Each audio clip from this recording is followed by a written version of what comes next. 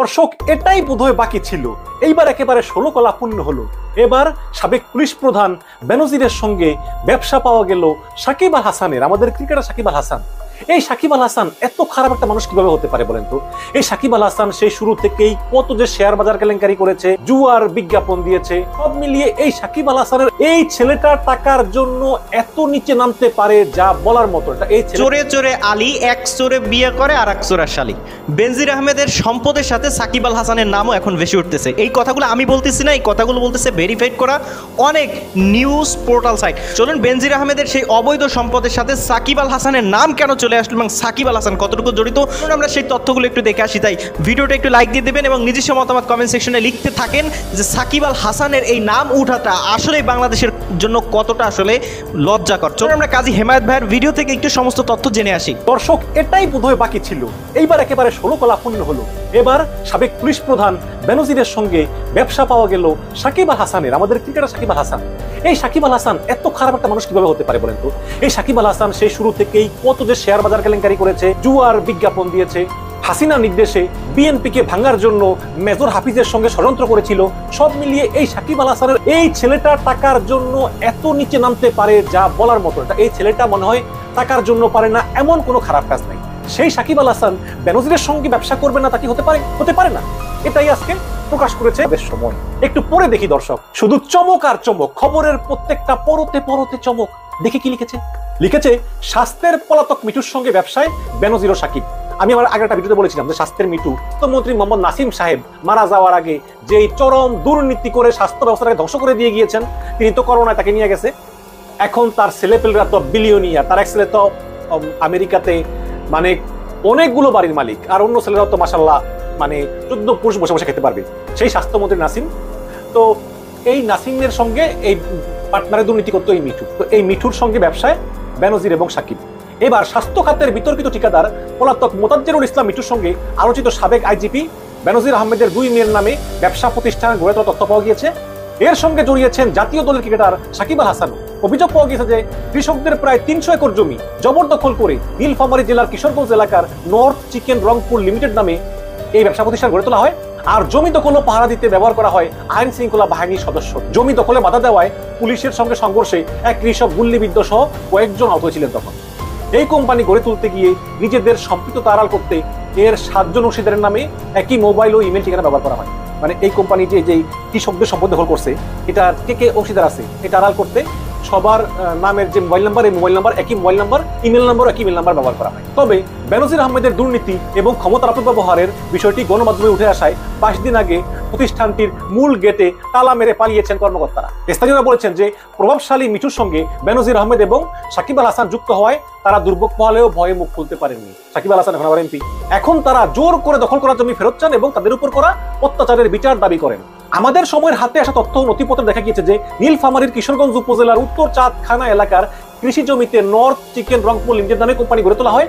Poultry শিল্প হিসাবে গড়ে তোলা কোম্পানির অংশীদার চেয়ারম্যান স্বাস্থ্য খাতে শত কোটি টাকার দুর্নীতিতে লুটপাটে জড়িত মোতাজ্জেরুল ইসলাম ওরফে মিঠু, যার 500 কোটি টাকা আমেরিকা বাজেয়াপ্ত করেছে গত বছর। আমেরিকা তার 500 কোটি টাকা বাজেয়াপ্ত করেছে, আমেরিকাতে ছিল এটা, এখন সে অস্ট্রেলিয়া পালিয়ে আছে। এই কোম্পানিতে এই মিঠুর শেয়ারের সংখ্যা 2,90,000। এছাড়া পরিচালক জগলুল হায়দার চৌধুরী, অংশীদার সাকিব আল হাসান, ব্যবসায়ী সিদ্দিক মাহমুদ, বেনজিরের 2 কন্যা ফারহিন রিশতা বিনতে বেনজির ও তাহসিন রাইসা বিনতে বেনজিরের প্রত্যেকের 50,000 করে শেয়ার রয়েছে। কোম্পানির আরো একজন অংশীদার রয়েছে সুদানা শারমিন, তার কাছে রয়েছে 5,000 শেয়ার। কোম্পানিটির ফায়ার লাইসেন্সে দেখা গিয়েছে যে কোম্পানিটির যে ভবনে গড়ে তোলা হয়েছে তার মেজর আয়তন 1,80,000 বর্গফুট। স্থানীয়রা বলেন যে কোম্পানিটি 2013 সালে নর্থ পোল্ট্রি লিমিটেড নামে প্রতিষ্ঠিত হয়। পরে 2022 সালে নাম পরিবর্তন করে করা হয় নর্থ চিকেন রংপুর লিমিটেড। জমি দখলের পাশাপাশি খোলা জায়গায় মুরগির বিষটা এমন ভাবে ফেলে যে গন্ধ যাতে গ্রামবাসীরা আরো বাকি জমি আশেপাশে আছে সব বিক্রি করে দেয় এবং তারা দুর্ভোগে পড়ে। আমাদের সময়ের স্থানীয় প্রতিনিধি গোপাল চন্দ্র রায়কে প্রতিষ্ঠানের ম্যানেজার অ্যাডমিন ও এইচআর সিরাজুল হক বলেন যে তাদের প্রতিষ্ঠানের নাম নর্থ পোল্ট্রি। কামরুল হক মানিক তাদের প্রতিষ্ঠানের মালিক। মিঠু নামে কেউ এর সঙ্গে জড়িত নন। নর্থ চিকেন রংপুর লিমিটেড তাদের প্রতিষ্ঠান নয় বলে দাবি করেন। তবে আমাদের সময়ের হাতে আসা সিরাজুল হকের প্রতিষ্ঠানের ভিজিটিং কার্ডে লেখা আছে তিনি নর্থ এক লিমিটেড এবং নর্থ চিকেন রংপুর লিমিটেডের ম্যানেজার মাত্র, সে কিন্তু মালিক না, যা এমআই গ্রুপের সিস্টার কনসার্ন, মানে এমআই গ্রুপের একটা প্রতিষ্ঠান। এই বিষয়ে জানতে কামরুল হক মানিকের সঙ্গে যোগাযোগ করার চেষ্টা করা হলে তাকে পাওয়া যায়নি এবং তাকে ফোন দিলেও তিনি ফোন ধরেননি। ইতিমধ্যে বেনজির আহমেদ ও তার স্ত্রী সন্তানের নামে বিপুল জমি জমা সম্পদের সন্ধানে হদিস পেয়েছে দুদক। দুদক এখন বেনজির ও তার পরিবারের নামে গোপালগঞ্জ ও মাদারীপুরে 621 বিঘা জমি, কক্সবাজারে সেন্ট মার্টিন দ্বীপ, বৈনানী সৈকতের পাশে প্রায় 3 একর জমি, 19টি কোম্পানির শেয়ার, গুলশানে 4টা ফ্ল্যাট, 30 লাখ টাকা সঞ্চয়পত্র, 33টি ব্যাংক হিসাব, শেয়ার ব্যবসায় 3টি বিও অ্যাকাউন্ট খুঁজে পেয়েছে। আদালতের আদেশে এসব সম্পদ জব্দ অবরুদ্ধ করা হয়েছে। এছাড়া বেনজিরের দেশের বাইরে সম্পদ তথ্য সংগ্রহ করার চেষ্টা করছে দুদক। ইতিমধ্যে তার মালয়েশিয়া বাড়ি আছে, স্পেনে বাড়ি আছে, তুরস্কে বাড়ি আছে, তুরস্কের নাগরিকত্ব আছে। এদিকে 2022 সালে 4টি প্রতিষ্ঠানের শেয়ার কারসাজির ঘটনায় বিএসইসির তদন্তে সাকিব আল হাসানের নাম উঠে আসে। ক্রিকেটের এই অলরাউন্ডার এর আগে 2019 সালে তাকে আন্তর্জাতিক ক্রিকেট কাউন্সিল থেকে 1 বছরের জন্য নিষিদ্ধ করা হয়েছিল। 2022 সালের আগস্টে জুয়ার সাইট বেটুইনার একটি সহযোগী সংবাদ মাধ্যমের সঙ্গে জড়িত হওয়ায় প্রশ্নবিদ্ধ হন সাকিব। নানা ক্ষেত্রে বিতর্কিত হওয়া সাকিবকে ব্র্যান্ড অ্যাম্বাসেডর থেকে বাদ দেয় দুর্নীতি দমন কমিশন। বেটিং সাইটের সঙ্গে জড়িয়ে বেশ কয়েকবারই বিতর্কের মুখে পড়া সাকিব আল হাসানের বোনের নামও উঠে আসে। জানা গেছে মোতাজ্জেরুল ইসলাম মিঠু রংপুরের গঙ্গাচড়া উপজেলার মহিপুর গ্রামের কসির উদ্দিনের ছেলে। যুক্তরাষ্ট্র প্রবাসী মিঠুর নামে বেনামে ও আত্মীয় বন্ধু বান্ধবের নামে তার পক্ষে 30টা ঠিকাদারি প্রতিষ্ঠান রয়েছে। 2016 সালের 9 মে প্রকাশিত বহুল আলোচিত পানামা পেপারস কেলেঙ্কারিতে বাংলাদেশ থেকে অন্যতম অর্থ পাচারকারী হিসেবে এই মিঠুর নাম আসে। 1 যুগ ধরে দুদক মিঠুর বিরুদ্ধে কয়েক দফা তদন্তের উদ্যোগ নিলেও কোনোটাই আলোর মুখ দেখেনি। স্বাস্থ্য খাত নিয়ে দুদক অনেক অনুসন্ধান করলেও মিঠু বরাবরই থেকে যান ধরা ছোঁয়ার বাইরে। জানা গেছে যে মিঠু সিন্ডিকেট কমপক্ষে 30টা ঠিকাদারি প্রতিষ্ঠানের মাধ্যমে স্বাস্থ্য মন্ত্রণালয়, স্বাস্থ্য অধিদপ্তর, কেন্দ্রীয় ঔষধাগার, স্বাস্থ্য শিক্ষা ব্যুরো, পরিবার পরিকল্পনা অধিদপ্তর, স্বাস্থ্য প্রকৌশল বিভাগ, ঔষধ প্রশাসন, জনস্বাস্থ্য ইনস্টিটিউট, নার্সিং অধিদপ্তর এবং প্রায় সবকটি মেডিকেল কলেজ এবং হাসপাতালে ঠিকাদারি করেন। এছাড়াও বিভিন্ন জেলার সিভিল সার্জন কার্যালয় এবং হাসপাতালগুলোতেও যন্ত্রপাতি সরবরাহ করেন। মিঠুর বিরুদ্ধে 2016 সালে 10 মে একটা নন সাবমিশন মামলা করে দুদক। রাজধানীর বনানী থানায় দায়ের করা মামলাটি যারে বলা হয় যে 50 কোটি টাকার বেশি জ্ঞাত হয় বহির্ভূত সম্পদ অর্জনের বিষয়টি দুদকের অনুসন্ধানে বেরিয়ে আসার পর 13 সালে এই মিঠুকে সম্পদ বিবরণী জমা দেওয়ার নোটিশ জারি করা হয়, কিন্তু নির্ধারিত সময়ে তিনি সম্পদ বিবরণী জমা দেননি বা বাড়ানোর আবেদন করেননি। এবং আরো জানা যায় যে যখন কৃষকের জমি দখল করা হয় তখন এই মিঠুর সঙ্গে হেলিকপ্টারে যান বেনজির। স্থানীয় জানান যে 2016 সালের 15 জুলাই ভুয়া দলিলে দখল করা জমিতে নর্থ পোল্ট্রির সীমানা প্রাচীর নির্মাণ করতে গেলে চাঁদখানা ইউনিয়নের গ্রামের সংঘর্ষে 3 জন পুলিশ কনস্টেবল সহ 25 জন আহত হয়।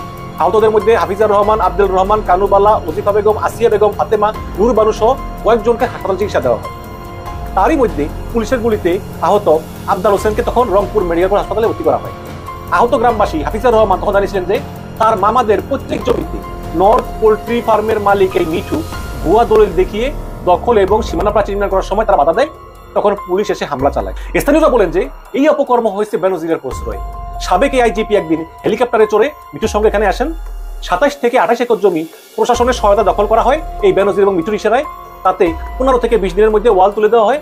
পরে কিছু কিছু লোককে ভয় দেখিয়ে অল্প দামে রেজিস্ট্রেশন করে নেওয়া হয়। 40 থেকে 50 বিঘা জমি এখনো রেজিস্ট্রেশন ছাড়া তার দখলে আছে। এই বিষয়ে আদালতে মামলা চলতেছে। বর্তমানে প্রতিষ্ঠানের একটা মুরগির খামার, ফিড মিল, পুকুর করে মাছ চাষ করা হয়। এরপর গত কয়েক বছরে এটা নিয়ে আরো কয়েক দফা মারামারি হয়। নীলফামারীর চাঁদখানা ইউনিয়নের চেয়ারম্যান মুস্তাফিজুর রহমান জাদু বলেন যে তার 4 ফসলি জমি দখল করা হয়েছে, অনেক কৃষককে ক্ষতিগ্রস্ত করা হয়েছে। কারখানায় তেমন কর্মসংস্থানও হয়নি। কিছু অর্পিত জমি ছিল 20 বিঘার মতো, স্থানীয় কৃষকরা আবাদ করতেছিল, এটাই ছিল তাদের একমাত্র জীবিকার উপায়। এখন সেটাও দখল করে নিল। আর ফার্মিং মানে কোনো আইন কানুন মানা হয়নি। এই যে মুরগি পাখানার গন্ধে এলাকায় টিকে থাকা বড় মুশকিল। তো এই হচ্ছে কি ঘটনা দর্শক। এই সাকিব আল হাসান মানে অবাক লাগে, সাকিব আল হাসানের নাম কোথায় নাই। এমনকি শেখ হাসিনা যখন বললো যে তুমি হাফিজের লগে যোগ দাও, যোগ দিয়ে তুমি একটা দল করো বাংলাদেশ সুপ্রিম পার্টি, সে রাজি হয়ে গেল। যখন দেখলো যে মেজর হাফিজ রাজি হয়নি, আবার সে আওয়ামী লীগে ফিরে গেল, এখন আবার এমপি হলো। মানে একটা ছেলে কত। সাকিব আল হাসান এখন বেনজিরের সঙ্গে একটু খারাপ লাগে না? একটা কৃষকের জমি পিটিএ মেরে দখল করে এই বেনজির বলে সাকিব আমার শেয়ার হোল্ডার হোক। কারণ মিঠু চিন্তা করলো যে বেনজিরকে রাখলেও ভালো, সাকিবকে রাখলেও ভালো। তার মানে একজন পুলিশেরও আছে, বা ক্রিকেটারও আছে, সব মিলতে ব্যবসা করতে পারবো। কারণ 2 নম্বর লোক তো এরকমই করে, সাকিবও 2 নম্বর, বেনজিরও 2 নম্বর, এরকম করে এগুলো করলো। কিন্তু একটা বারও ভাবে না যে এই যে সাকিব আল হাসান, ওর লজ্জা শরম নাই? ওর বোনের যখন নাম আসলো যে জুয়ার সাইডে, তাও লজ্জা শরম নাই, মানে কোনো কথা বলে না। এরা এমন কেন, এত নির্লজ্জ কেন ভাই? ভাই টাকা নিয়ে কপরে যাইবো? এই যে বেনজির এত সম্পত্তি ভাই, মরলে কতটুকু জায়গা লাগে ভাই? 3.5 জায়গা। এরা বোঝে না এই বেনজিরের কোনো মান সম্মান আছে বলেন তো? বেনজিরের মানুষ 4টা পয়সার মূল্য করে মূল্য দেয় না। একটা ফকিরের মূল্য আছে, বেনজিরের অতটুকু মূল্য নাই। সাকিব আল হাসানের অবস্থা আছে। এই সাকিব আল হাসানের একটা আমার জুতার তলের মূল্য থেকে ওর দাম কম।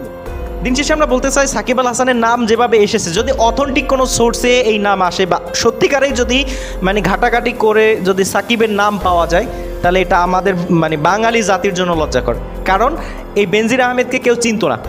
বেনজির আহমেদকে কেউ চিনত না, কিন্তু সাকিব আল হাসানকে কিন্তু পুরো বিশ্ব চেনে। শুধু সেই সাকিব আল হাসান যদি এই দুর্নীতির সাথে জড়িত হয়, তাহলে বাংলাদেশে যে দুর্নীতিবাজদের কি পরিমাণে আনাগোড়া চলতেছে এটা কিন্তু পুরো বিশ্ব জানবে। পুরো বিশ্বের কাছে আমাদের বাংলাদেশ উলঙ্গ হয়ে যাবে, আর আমরা সেটা চাই না। সুতরাং সাকিব আল হাসানের প্রতি আমাদের রেসপেক্ট রয়েছে, কারণ তিনি দেশের পতাকা বহন করে। বিভিন্ন দেশে যখন সাকিব আল হাসান ছক্কা মারে তখন বলা হয় যে বাংলাদেশের সাকিব আল হাসান, সেই কথা শুনেই আমাদের গর্বে বুক ভরে যায়। কিন্তু যখন আমরা শুনবো বাংলাদেশের সাকিব আল হাসান দুর্নীতিবাজ বেনজিরের সাথেও কানেক্টেড, তখন আমরা লজ্জিত হব। আমরা সেই লজ্জা নিতে চাই না। আপনার কি মতামত কমেন্ট সেকশনে লিখে যাবেন। ভালো থাকবেন সবাই। আসসালামু আলাইকুম ওয়া রাহমাতুল্লাহ।